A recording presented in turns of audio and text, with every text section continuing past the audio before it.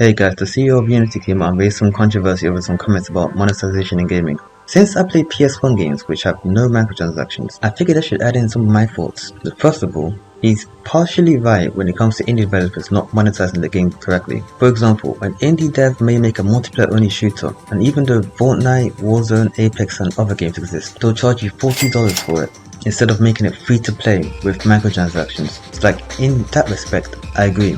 Many indie devs don't think about the business side of things, that be monetization, marketing and other things. Then when the game doesn't sell well, they complain about it. They just make the game, and then whether or not it succeeds is purely down to chance.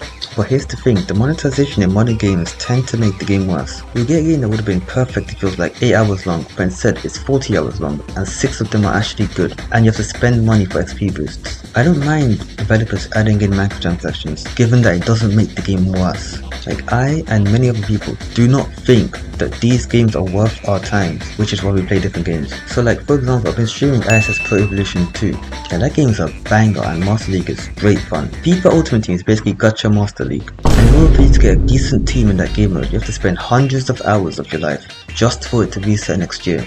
Or you can spend money. See, I look at this and I go, why would I spend my time playing that crap game when I can just play ISS? Like, I don't care too much about playing with real players. I don't even know who plays football today. Like, I just want to play a good football game. Like, no, I have to make a full video another day on why ISS is better than FIFA. But you can do this comparison with so many modern games which are riddled with microtransactions that make the game worse and more time consuming. So like, recently people have been complaining about Diablo Immortal. Like, just play an old Diablo game like Diablo 2 or something, or you could play Borderlands 2. Like Marvel's Avengers as well, like just play Marvel Ultimate Alliance. Like, in a nutshell, more and more people are starting to realize that instead of playing these modern games which are not worth your time and money, just play older games or indie games. But the thing is, I spoke about console games and PC games, but the article is mostly talking about mobile games. But when it comes to mobile games, there's pretty much no artistry, because if you did make an artistic game, it would be recreated in like a week, and it would be heavily monetized. So like, one example of this is like My Friend Pedro.